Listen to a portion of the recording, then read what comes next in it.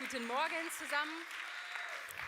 Eigentlich wäre mein Mann heute hier gewesen, aber der ist krank geworden. Also haben wir den Plan ein bisschen umgestellt. Statt in Lörrach predige ich jetzt heute in Basel. Das heißt, ihr müsst jetzt mit mir unterwegs sein, statt mit meinem Mann. Aber mir ist es auch gut. Okay, ich würde gern ganz am Anfang mit einer Umfrage starten. Du musst nichts machen, du kannst sitzen bleiben, du musst auch nicht aufstrecken oder irgendwas reinrufen. Keine Sorge, ich stelle einfach ein paar Fragen und du kannst sie einfach für dich beantworten an deinem Platz. Und zwar starte ich mal ganz steil, ganz mutig rein. Hast du schon mal dein Leben Jesus gegeben? Also an irgendeinem Punkt in deinem Leben hast du dich schon mal für Jesus entschieden? Das ist eine Ja-Nein-Frage, die du jetzt für dich beantworten kannst. Wenn du das jetzt mit Nein beantwortet hast, warum? Warum nicht? Kannst du auch für dich behalten, du musst es nicht reinrufen. Wenn du das mit Ja beantwortet hast, kannst du dich noch daran erinnern, an diesen Moment, an die Geschichte dahinter, an die Gegebenheiten, warum hast du das gemacht? Nächste Frage ist, wann hast du zum letzten Mal an diesen Moment gedacht, an diese Entscheidung, also außer jetzt gerade in diesem Moment, wann hast du zum letzten Mal darüber nachgedacht, aktiv? Und die letzte Frage wäre, wann hast du zum letzten Mal jemandem davon erzählt? Vielleicht in einer Small Group oder bei einem Abendessen. Hast du überhaupt schon mal jemandem davon erzählt? Und wenn ja, wann ist das letzte Mal her? Wie lange ist das schon her? Ich glaube, es ist wichtig, dass wir uns diese Geschichten erzählen. Ich persönlich liebe das. Ich liebe es, Geschichten zu hören, wie Menschen zu Jesus, zu Gott gefunden haben, weil das mir zeigt unter anderem, wie persönlich Gott uns meint, wie persönlich er jeden von uns sucht und liebt und mit seiner Liebe begegnet, die bedingungslos ist. Und diese Serie, in der wir sind, vom Buch Ruth, die handelt auch von so einer Rettungsgeschichte, wie so eine Frau Rettung und Versorgung erlebt von so einem Gott. Und eigentlich kommt Gott in der ganzen Story, hast du das Buch Ruth schon mal gelesen, Gott kommt überhaupt nicht vor. Also er redet nicht und er tut auch irgendwie keine großen Wunder, was wir sonst vom Alten Testament vielleicht eher kennen. Er kommt gar nicht richtig vor und trotzdem, wenn du es liest, hast du das Gefühl, Gott hat in jeder Begegnung wie so seine Hände im Spiel. Er hat irgendeinen Plan, den er da ausheckt. Und ich glaube, am Buch Ruth zeigt Gott uns, wie wir ein Teil von seiner Familie werden können, wie wir wieder zu ihm nach Hause finden können, wenn wir das wollen. Und deswegen möchte ich nochmal diese Erinnerung an die Geschichte von Ruth auffrischen. Wir haben jetzt die letzten Sonntage immer mal aus einem anderen Blickwinkel oder vielleicht einen Teil davon gehört. Ich möchte sie nochmal eben erzählen. Der Raffi hat schon gesagt, wir sind im Alten Testament. Das Volk Israel ist jetzt schon im verheißenen Land, aber es regieren noch keine Könige im Volk Israel. Es ist die Zeit der Richter, also die Zeit vor der Könige. Ich weiß nicht, ob du schon mal das Buch Richter durchgelesen hast. Es kommt relativ bald nach den 5 Büchern Mose. Da hast du echt keinen Spaß beim Lesen. Das ist so eine düstere Zeit. Da sind Missstände, da ist Gewalt, da ist Götzendienst. Das ist einfach, dem Volk geht es wirklich schlecht. Ein Stamm ist fast vollständig ausgerottet, weil sie ständig Krieg gegeneinander führen und jeder macht so ein bisschen, was er will, was er selbst für richtig hält. Also wirklich eine dunkle Zeit. Und in dieser Zeit spielt diese Geschichte von der Familie, von der wir hören, Elimelech und seine Frau Nomi. Sie wohnen im Stammesgebiet Juda, sie sind vom Volk Israel und wohnen in der Stadt Bethlehem. Und wir lesen, dass Bethlehem unter einer Hungersnot leidet. Es bricht eine Hungersnot aus und diese Familie Elimelech und seine Frau Nomi entscheiden sich, nach Moab auszuwandern, aufgrund von dieser Hungersnot. Und Gott hat seinem Volk damals ausdrücklich verboten, nach Moab zu gehen. Die zwei gehen gemeinsam mit ihren beiden Söhnen nach Moab und kurz darauf stirbt der Mann von Nomi, stirbt Elimelech. Ihre beiden Söhne, Mahlon und Kilion, heiraten Moabiterinnen und auch das ist etwas, was Gott seinem Volk damals ausdrücklich verboten hat zu tun. Ein kleiner Reminder, dass das Volk Moab, dieser Stamm, der findet seinen Ursprung in dem Inzest von Lot mit seiner älteren Tochter. Lot ist der Neffe von Abraham. Und daraus ist ein Sohn entstanden, der heißt Moab und da kommt dieser ganze Stamm her. Und seit dieser Inzestgeschichte geht es wirklich bergab mit dieser Linie. Die betreiben Götzendienst, die opfern sogar Kinder. Gott verbietet seinem Volk ausdrücklich dahin zu gehen und Moabiterinnen zu heiraten. Die beiden Söhne machen das dennoch. Und ein paar Jahre später erlebt diese Familie wieder einen Schicksalsschlag, nämlich beide Söhne sterben, genauso wie der Vater. Ob sie sterben, weil sie Gott ungehorsam waren oder ob es einen anderen Grund gibt, das wissen wir nicht. Das steht nicht in der Bibel.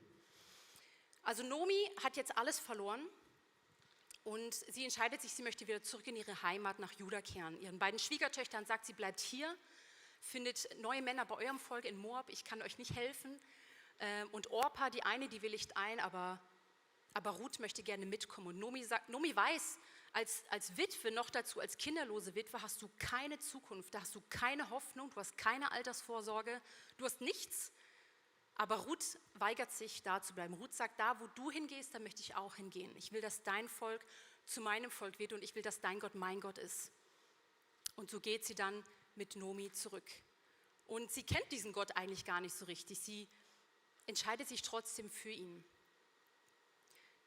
Sie entscheidet sich für das Volk Israel, obwohl sie gar nicht dazugehört. Sie lässt ihre Götter und ihr Volk zurück, um mit Nomi zu gehen. Dass der Gott von Nomi auch ihr Gott wird.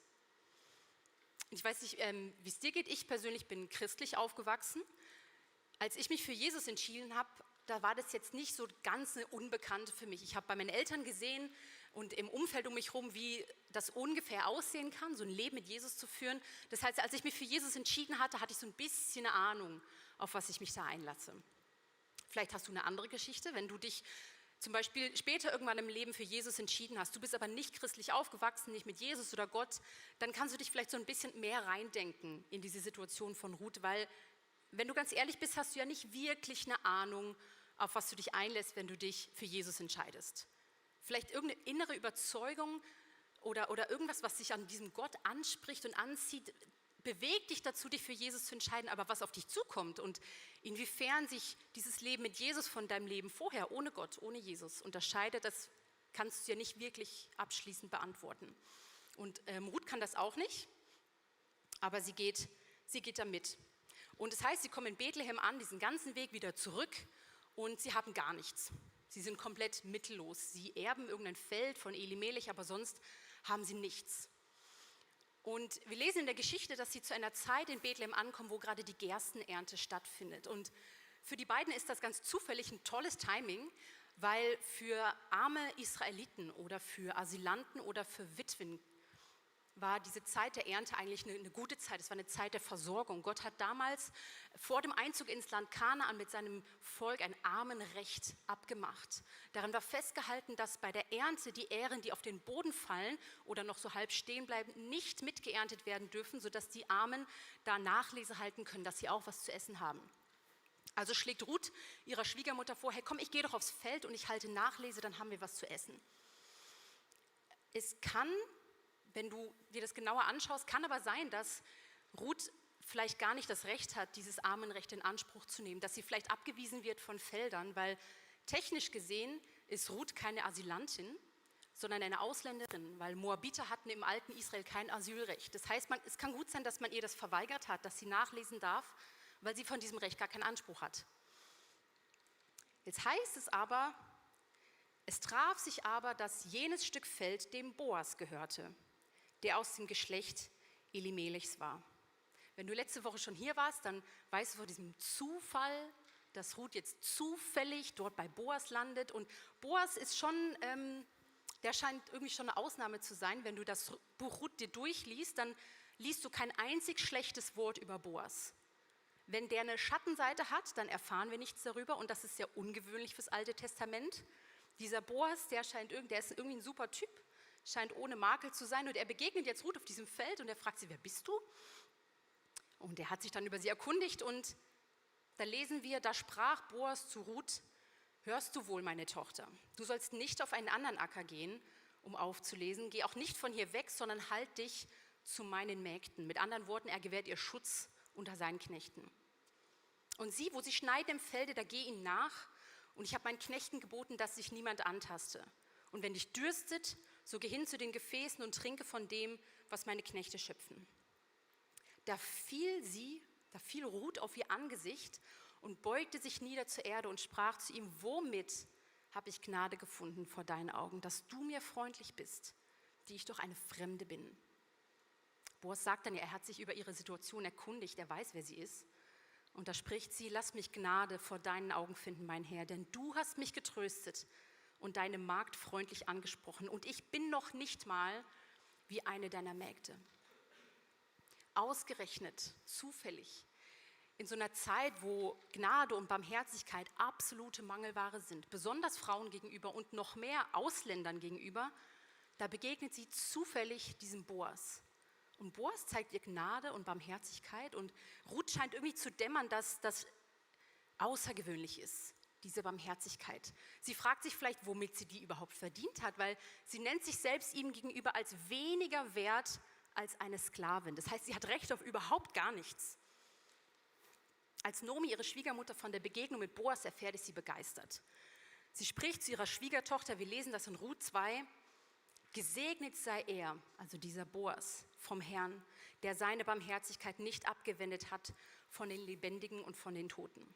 Und Nomi sprach zu ihr, der Mann steht uns nahe, denn er gehört zu unseren Lösern. Mit Löser meint sie, dass Boas ein Blutsverwandter von ihnen ist. Ein Blutsverwandter, der dieses Löserecht ausüben kann. Das hebräische Wort dafür ist Goel. Goel bedeutet Blutsverwandter, nämlich nach dem Gesetz in Mose kann dieser Goel, also könnte Boas, den Landbesitz von Elimelech lösen, sodass sie ihn nicht aus Armut verkaufen müssen, sodass das Land im Besitz der Familie bleibt. Und er hat das Recht, die Witwe zu heiraten, damit, falls sie doch noch einen Sohn bekommt, dieser den Namen des verstorbenen Vaters weitertragen kann und der Familienname nicht ausgelöscht wird. Also das ist das Recht von so einem Goel. Das klingt jetzt ein bisschen technisch oder vielleicht auch juristisch, aber für so eine kinderlose Witwe wie Ruth war das damals die allerletzte Hoffnung. Weil obwohl sie mehrere Jahre verheiratet war mit Mahlon, mit dem Sohn von Nomi, ist sie dennoch kinderlos geblieben. Also Nomi und Ruth wollen natürlich unbedingt diese Hoffnung jetzt ergreifen und Ruth lässt sich da von ihrer Schwiegermutter beraten. Das heißt, sie zieht sich frische Kleidung an. Vielleicht bedeutet das, dass sie ihre Trauerkleidung auszieht als Zeichen, dass sie jetzt nicht mehr trauert um ihren verstorbenen Ehemann. Und sie legt sich zu Boas Füßen, als der mit der Arbeit fertig ist und sich schlafen legt. Und das kann man so ein bisschen deuten als eine Art Anmache von früher, so zum Zeigen, so ich wäre verfügbar, ich wäre interessiert. So, das ist nicht so schmutzig, wie man vielleicht denkt, das ist wirklich mehr so eine Art Flirt vielleicht. Und Boas bemerkt sie jetzt dort, er wacht auf und sieht, dass da jemand liegt und er fragt sie, wer bist du? Und sie antwortete, ich bin Ruth, deine Magd. Breite den Saum deines Gewandes über deine Magd, denn du bist der Löser. Auf modern übersetzt heißt es sowas viel wie heirate mich. Also Ruth, ich bin schon beeindruckt von ihr, sie geht da voll mutig in die Offensive, weil sie weiß, dass wenn Boas sie lösen würde, dann wäre ihre Armut vorbei. Dann müsste sie keine Sklavin mehr sein, dann wäre sie als Frau wiederhergestellt, dann hätte sie eine Hoffnung auf die Zukunft. Und sie wäre versorgt, sie wäre gerettet. Und zum Glück, dieser Boas, der freut sich, er verspricht, dass er sie löst und er sagt zu Ruth, fürchte dich nicht. Und wie diese Geschichte dann ausgeht, lesen wir im 4. Kapitel, ihr könnt gerne mitlesen. Da heißt es, so nahm Boas die Ruth und sie wurde seine Frau und er ging zu ihr ein. Der Herr aber gab ihr, dass sie schwanger wurde und einen Sohn gebar. Und da sprachen die Frauen zu Nomi, oder hier heißt es Naemi, gepriesen sei der Herr, der dir zu dieser Zeit einen Löser nicht versagt hat. Sein Name werde gerühmt in Israel. Der wird nun deine Seele erquicken und dich in deinem Alter versorgen, denn deine Schwiegertochter, die dich liebt, sie hat ihn geboren. Sie, die dir mehr wert ist als 7 Söhne. Und Nomi nahm das Kind und legte es in ihren Schoß und wurde seine Pflegerin. Und die Nachbarinnen gaben ihm einen Namen und sie sprachen, der Nomi ist ein Sohn geboren. Und sie gaben ihm den Namen Obed. Der ist der Vater Isais, des Vaters Davids. Und dann lesen wir ganz zum Schluss von der Geschichte von Ruth zu Ende, das lesen wir den Stammbaum. Der Stammbaum des Perez. Du kannst den hier vielleicht selber mitlesen. Perez zeugte Hesron und so weiter und so weiter. Da sind wir bei Boas mit seinem Vater Salmon. Und Boas zeugte Obed. Obed zeugte Isai und Isai zeugte David, der König David werden wird. Und wir sehen aus dieser erstaunlichen Geschichte zwischen Ruth und Boas wächst nicht einfach irgendein Stammbaum. Im Matthäus-Evangelium im 1. Kapitel kannst du lesen, wie dieser Stammbaum weitergeht. Das ist nämlich die Ahnenlinie von Jesus. Und in dieser Ahnenlinie von Jesus, in Ahnenlinien tauchen eigentlich nur männliche Namen auf. Da taucht Ruth namentlich auf im Matthäus-Evangelium. Da heißt es, Boas zeugte Obed mit der Ruth. Und dann kommt Isai und König David und dann landen wir irgendwann bei Josef. Und der wiederum war der Mann von Maria und sie brachte Jesus Christus zur Welt. Das heißt, die Moabiterin und Ausländerin Ruth landet im Stammbaum von Jesus. Zufällig vielleicht. Das heißt, da ist ein Stückchen Inzest in der Familie von Jesus. Und Gott scheint nichts dagegen zu haben. Gott, der seinem Volk ausdrücklich verboten hat, Moabiter zu heiraten. Und Ruth ist in seiner Familie gelandet. In Jesus' Familie. Ich glaube, das zeigt uns, dass diese Rettungsgeschichte von Ruth, dass es nicht einfach irgendeine ist, sondern dass sie eine Vorschau ist auf die Rettungsgeschichte, die Jesus mit uns schreibt am Kreuz. Wie ein Spoiler auf das. Sie spoilert, wie wir ein Teil von Gottes Familie werden können. Ganz egal, wo wir herkommen oder wer wir sind, wenn wir das wollen. Warum ist das so? Gehen wir nochmal zu Ruth und Boas zurück. Also Boas ist der Erlöser von Ruth. Das heißt, er zahlt den Preis, damit sie nicht länger in Armut lebt, damit sie keine Sklavin sein muss, dass sie eine Hoffnung hat für die Zukunft. Und er stellt sie als Frau wieder her. Sie ist nachher keine Sklavin mehr. Und so macht er sie zum Teil von seiner eigenen Familie und gleichzeitig zum Teil von Gottes Familie. Und zwar aus Gnade heißt es dort, weil Ruth hat das überhaupt nicht verdient. Ruth gehört gar nicht dazu. Dem Gesetz nach gäbe es eigentlich keine Rettung für Ruth, gäbe es keine Hoffnung für sie. In der Geschichte von Ruth kommt noch so ein weiterer Löser vor. Und wir lesen, dass er eigentlich das Vorrecht gehabt hätte, Ruth zu lösen, weil er näher mit Elimelech verwandt war. Und da heißt es aber, dass er das abgelehnt hat. Dieser erste Löser, der erste Goel, der steht sinnbildlich für das Gesetz. Er konnte Ruth nicht lösen, er konnte sie nicht retten. Weil auch das Gesetz, also das, was Gott seinem Volk und uns sagt, wie wir leben sollen, um ihm zu gefallen, das kann uns nicht retten. So wie dieser erste Löser Ruth nicht retten konnte. Es zeigt uns nur, dass wir Rettung brauchen. Aber der Ruth rettet, das ist der Boas. Er erweist sich als der Erlöser. Und er steht sinnbildlich für diesen Jesus. So wie Boas Ruth rettet und wiederherstellt, in seine Familie aufnimmt, so tut Jesus das für uns. Jesus ist auch so ein Goel. Weil in Jesus entscheidet sich Gott, Mensch zu werden. Das heißt, ein Blutsverwandter von uns, ein Goel von uns, damit er uns retten kann.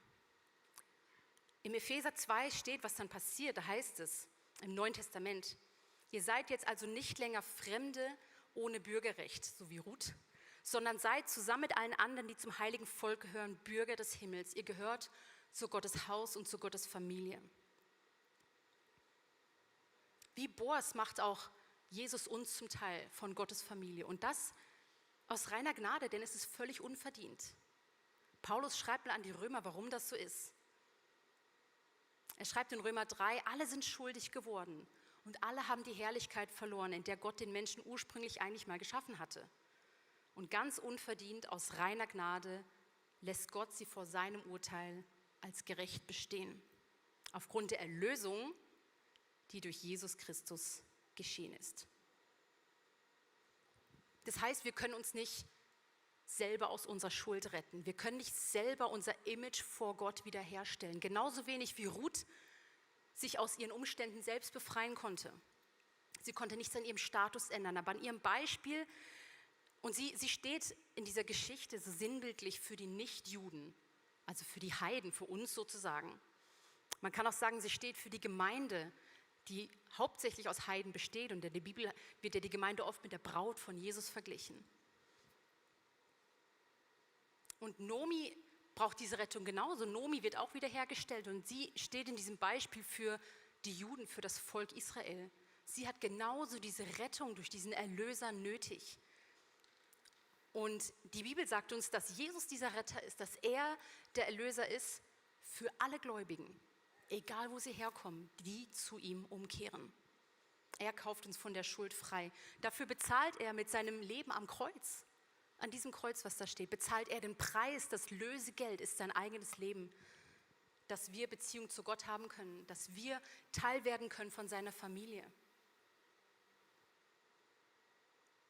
Ich bin, wie gesagt, schon mit diesem Gedankengut aufgewachsen, dass ich Teil von Gottes Familie bin. Ich bin christlich aufgewachsen und hatte in meinen Teenie-Jahren, und ich habe mich für Jesus entschieden, bevor ich in meine Teenie-Jahre kam und mich auch taufen lassen, aber in meiner Teenie-Zeit hatte ich dann nicht das Glück, viele christliche Freunde zu haben, also es waren meine eigenen Entscheidungen natürlich.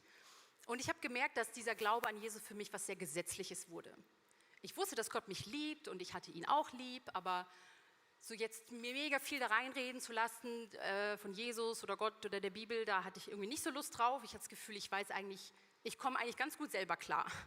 Ich habe irgendwie nicht das Bedürfnis gehabt, da Jesus so viel bestimmen zu lassen in meinem Leben. Ich dachte, ich weiß eigentlich schon selber gut, was ich brauche und was ich will. Das nennt man dann Selbstgerechtigkeit. Und das heißt jetzt nicht, dass ich habe jetzt nicht voll die üble Geschichte. Das heißt nicht, dass ich in meiner Teenie-Zeit voll abgestürzt bin ohne Jesus. Ihr könnt gerne meine Mama fragen, vielleicht erzählt sie eine andere Geschichte, aber die Geschichte, die ich erzähle, das war jetzt nicht so schlimm. Wisst ihr, ich bin nicht voll irgendwie versackt im Loch. Aber ich habe Entscheidungen getroffen, die nicht zum Leben führen. Wenn wir nicht so leben, wie Gott sich das für uns vorstellt, also wenn wir nicht nach seinem Willen für unser Leben leben, nach seinem Ziel, dann ist das Sünde. Und die Bibel sagt, dass die Sünde zum Tod führt. Und irgendwann habe ich das angefangen zu merken, irgendwann habe ich die Konsequenzen davon gespürt. Besonders, als ich mich angefangen habe, mit anderen zu vergleichen. Ich war in dieser Zeit für einige Monate in der Hillsong-Kirche in Australien und da waren so viele neue, andere Menschen um mich herum, die ich da kennengelernt habe und die waren so lebendig im Vergleich zu mir. Die hatten so viel Freude, die waren so eng mit Gott unterwegs und ich habe gemerkt, hey, ich will haben, was die haben. Ich sehne mich danach, so eng mit Gott zu sein und seine Liebe so zu erleben und ich habe das irgendwie nicht gehabt. Und ich habe schnell erkannt, dass ich zwar ein Leben ohne Jesus führen kann, aber dass mich das überhaupt nicht erfüllt, dass ich mich nach mehr sehne. Mit anderen Worten, ich kann schon ohne Jesus leben, aber ich will das eigentlich gar nicht. Und die Leute, die ich dann da kennengelernt habe, die haben mir wie geholfen, in die Beziehung zu Gott, in so eine Begegnung mit Gott zurückzufinden. Schau, wenn du Gott suchst, dann ist Kirche der Ort, wo Gott verspricht, sich finden zu lassen. Und so habe ich auch so eine Wiederbegegnung, ein Wiedersehen mit Jesus gehabt. Dort in dieser Kirche mit diesen Menschen. Und obwohl ich Entscheidungen getroffen hatte, die gegen Gottes Willen sind, obwohl ich mich entschieden hatte, wegzulaufen und mein eigenes Ding zu machen, habe ich in diesem Wiedersehen mit Jesus keine Schuldzuweisung erlebt oder einen erhobenen Finger. Ich habe es dir doch gesagt. Ich habe auch keine Anklage erlebt. Das hat mich völlig überrascht, obwohl ich diesen Gott ja eigentlich irgendwie kannte.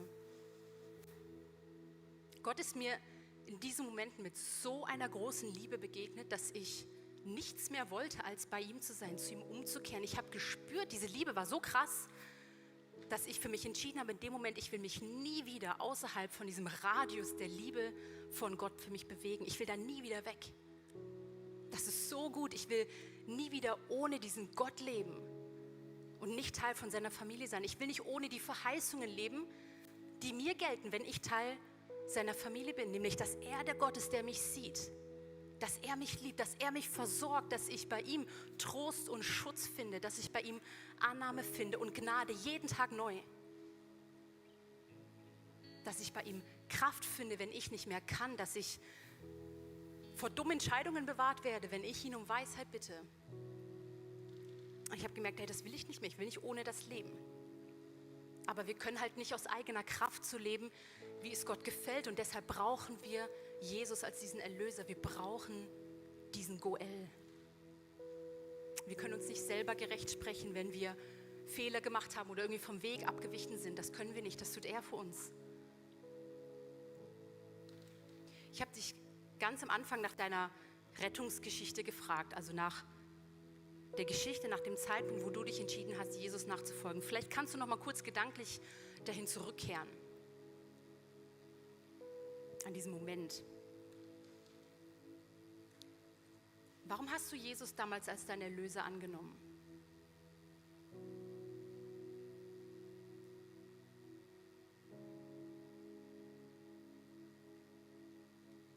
Wenn ich an meinen Moment zurückdenke, dann erinnere ich mich an diese Offenbarung, die ich hatte, dass ich ohne Jesus kein erfülltes Leben lebe. dass mir ohne Jesus diese Hoffnung fehlt, die ich brauche für mein Leben, dass ich ohne Jesus nicht in meiner Bestimmung laufen kann, dass ich ohne Jesus niemals das Gefühl haben werde, genug zu sein oder geliebt zu sein. Und diese Erinnerung brauche ich, weil ich immer wieder in Situationen komme, wo ich versuche, aus eigener Kraft zu genügen. Entweder mir selbst oder anderen oder Gott. Ich versuche aus eigener Kraft genug zu sein. Oder auch, weil ich immer mal wieder so kleine Nischen von meinem Leben entdecke, wo ich es alleine schaffe. Wo ich nicht glaube, dass ich jetzt einen Erlöser brauche. Vielleicht will ich auch keinen. Da mache ich es irgendwie auf eigene Faust. Da habe ich das Gefühl, nee, ich kann das schon selber. Mein Wille ist, glaube ich, schon gut. Und da, wo ich versuche, das ohne Gott schaffen zu wollen, ohne Gott gerecht zu sein, da brauche ich diese Erinnerung an meinen Erlöser. Schau, vielleicht hast du meine Frage vorher auch mit Nein beantwortet, die allererste. Du hast dich vielleicht noch nie entschieden, dein Leben Jesus zu geben. Oder vielleicht hast du sie mit Jein beantwortet. So, ja, du hast eigentlich irgendwann mal dein Leben Jesus gegeben, aber wenn du ganz ehrlich bist, dann lebst du ohne ihn. Dann lebst du ohne diesen Jesus. Dann ist Gott nicht dein Versorger. Vielleicht glaubst du gar nicht, dass du Erlösung brauchst. Ich will dir heute zusprechen, dass die Wahrheit ist, dass Gott dich liebt. Egal, wer du bist und egal, wo du herkommst oder wie es in deiner Vergangenheit aussieht oder wie es in deiner Familie aussieht. Aber Sünde trennt uns von Gott. Das sagt die Bibel, sie versklavt uns, so wie Ruth eine Sklavin war von ihren Umständen. Aber Jesus ist dieser Erlöser, der für uns an diesem Kreuz gestorben ist, damit die Sünde eben kein Anrecht mehr hat über unser Leben, dass wir frei sein dürfen und Teil sein können von der Familie von Gott. Und wenn du willst, darfst du diese Erlösung annehmen. Ich glaube, Jesus wartet als Erlöser, als Goel drauf, dass wir zu ihm kommen. Er drückt sein Erlösungswerk niemandem auf, der das nicht will. Aber wenn wir das wollen, wenn wir diese Einladung von Gott annehmen wollen, dass er unser Versorger ist, dass wir in Frieden mit ihm leben können, dass wir ihm nahe sein können, dann können wir das so machen wie Ruth. So wie Ruth zu ihrem Löser geht und ihm bittet, sie zu lösen, ihn bittet, sie zu retten, so können auch wir zu Jesus gehen und ihn bitten, uns zu retten und ihn bitten für das, was wir brauchen. Genauso wie Ruth das gemacht hat.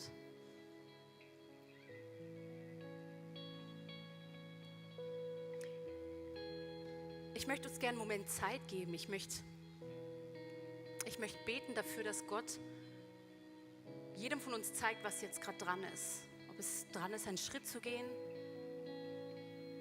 ob es dran ist, für Erlösung zu bitten oder uns an etwas zu erinnern. Vielleicht bittest du Gott, dich an deine Erlösungsgeschichte zu erinnern. Vielleicht hast du so eine kleine Nische in deinem Leben erkannt wie ich, wo du merkst, da hat dieser Erlöser aber gar nichts zu sagen. Oder vielleicht spürst du das, was ich manchmal spüre. Hier eigentlich versuche ich selber, alles richtig zu machen. Aber irgendwie landet es immer wieder in der Sackgasse. Irgendwie habe ich nicht das Gefühl, dass ich genug bin. Ich möchte beten, dass Gott jetzt uns hilft, einen Schritt zu tun. Das zu tun, was dran ist, wenn was dran ist. Und ich lade dich ein, deine Augen zu schließen und einfach selber ins Gespräch mit Jesus zu kommen.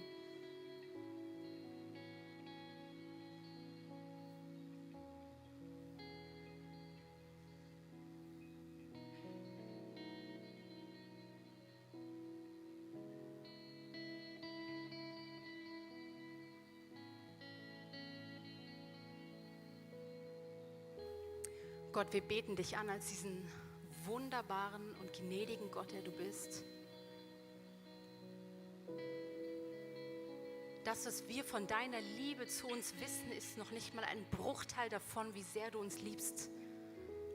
Und ich persönlich sehne mich danach, noch mehr davon zu erleben.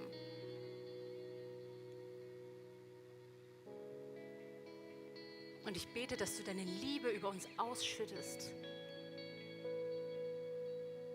Jesus, dass du jetzt in diesem Moment dich wie ein Freund, von dem du sagst, dass du es bist, neben uns setzt.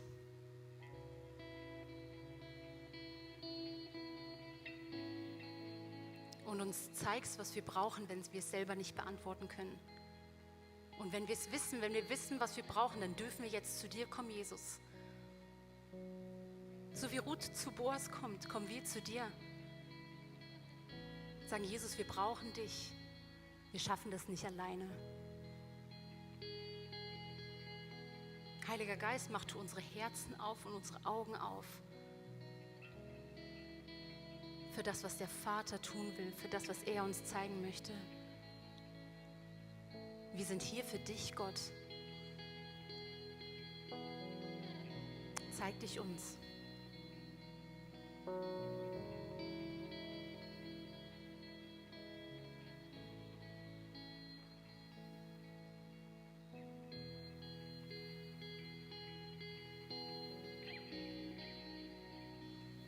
Hey, wenn du soweit bist, dann lade ich dich ein, aufzustehen.